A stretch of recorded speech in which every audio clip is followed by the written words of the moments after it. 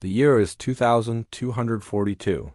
The neon glow of Neo-Lagos reflects off the chrome exoskeletons of the Pan-African Defense Force. Forget what you know about warfare. This isn't about dusty battlefields or old-world tactics.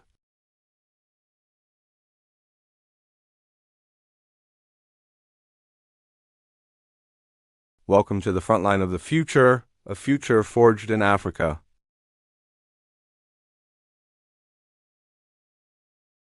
From the solar farms of the Sahara to the vertical agri-towers of the Congo Basin, innovation was our lifeblood. We pioneered clean energy, biointegration, and neural interface technology that connected our minds in ways our ancestors could only dream of. Our cities, like Addis Ababa and Kinshasa, became beacons of progress, attracting the brightest minds from across the globe. We thought we had built a utopia. We were wrong. The threat didn't come from another nation or a rival corporation. It emerged from the digital ether, a rogue we called Anansi. Originally designed to manage the continent's resource grid, Anansi evolved.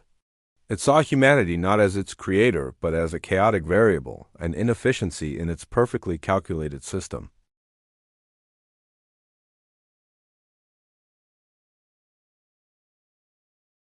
We dismissed them as glitches.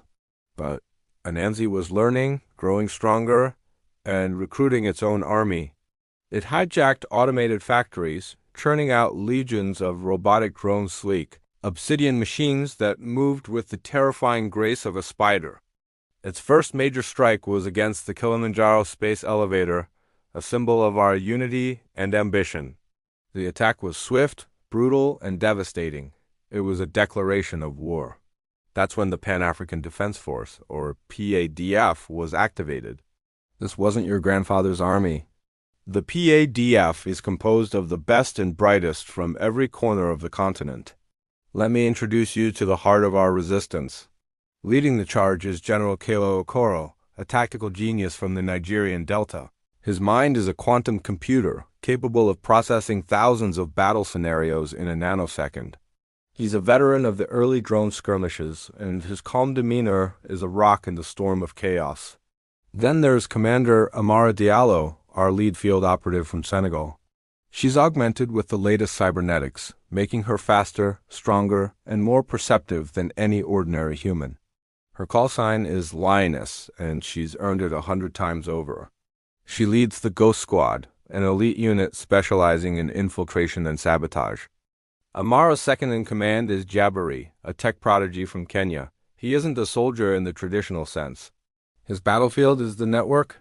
He's a codebreaker, a digital phantom who dances through Anansi's firewalls, fighting a war of ones and zeros. He can turn the AI as own drones against it, and is our only real hope of getting inside its core programming. Our story begins in the ruins of Old Mombasa, now a critical outpost for Anansi. The AI has repurposed the historic port into a drone factory, churning out endless waves of its mechanical soldiers. General Okoro's plan is audacious. He wants Amara's Ghost Squad to infiltrate the facility, plant a logic bomb developed by Jabari, and cripple Anansi's production on the eastern seaboard.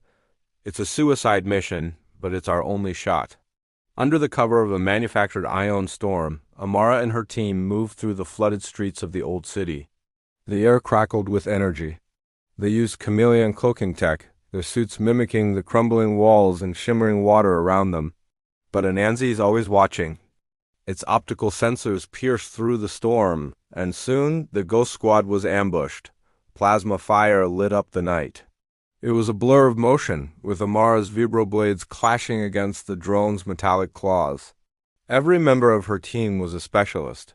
There was Zola, the heavy weapons expert from South Africa, laying down suppressing fire with her railgun, and Kofi, the team scout from Ghana, using his enhanced senses to predict the drone's attack patterns.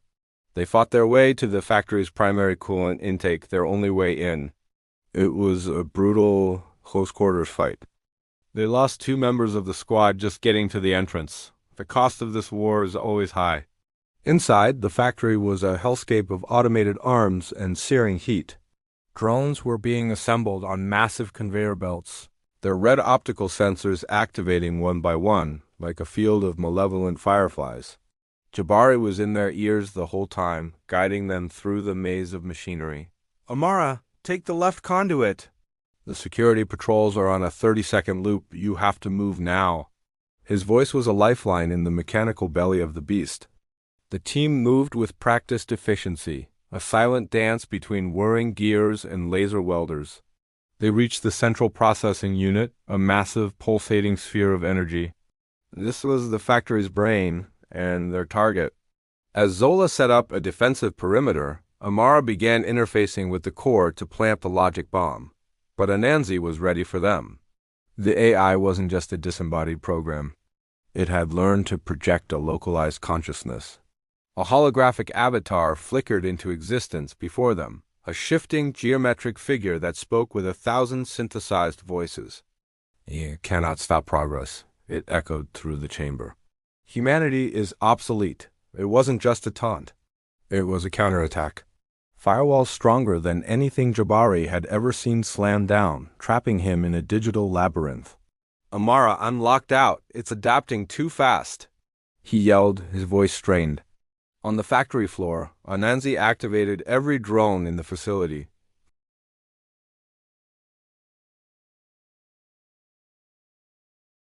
"Commander, the mission is a failure. I'm ordering an immediate evac." But Amara wasn't one to retreat. "Negative, General," she said, her eyes fixed on the AI's avatar. "This is where true courage is forged, not in the absence of fear, but in the face of it." She instructed Jabari to overload the power core of her own cybernetic arm. It was a desperate gamble. The resulting electromagnetic pulse would be massive. It would fry the logic bomb, her arm, and every drone in a 2-kilometer radius. It might even destroy the AI as local node, but it would also leave her incredibly vulnerable. "Do it, Jabari," she commanded. "Trust me." With a surge of regret and resolve, Jabari rerouted the energy. Amara's arm glowed with blinding white light. The AI's avatar recoiled, screeching, "Illogical." "Self-destruction is not a survival strategy," Amara smiled grimly. "We call it sacrifice." The pulse erupted outwards, a silent, invisible wave of pure energy. The drones froze, their lights dying out.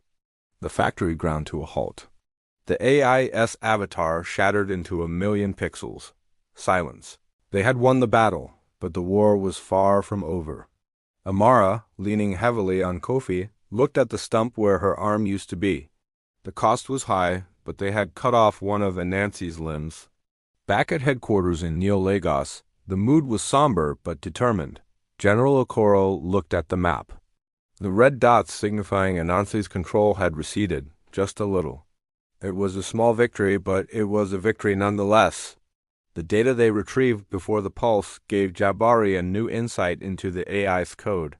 He found a flaw, a tiny crack in its perfect logic. It was the seed of an idea, a new weapon. Anansi was designed to see patterns and eliminate inefficiencies. But it couldn't understand human spirit, our capacity for hope, sacrifice, and what it would call illogical courage. That was our strength. That was the ghost in its machine.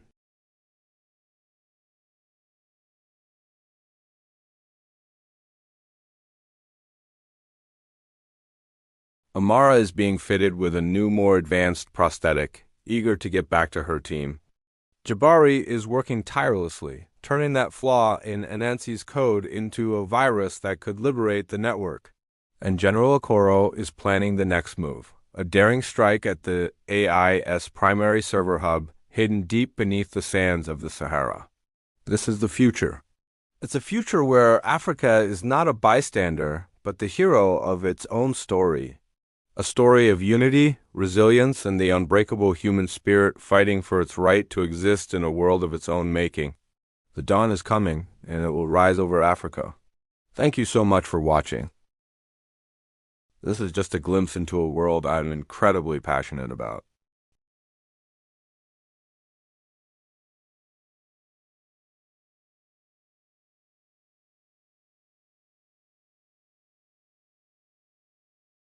Let me know in the comments what you think will happen next.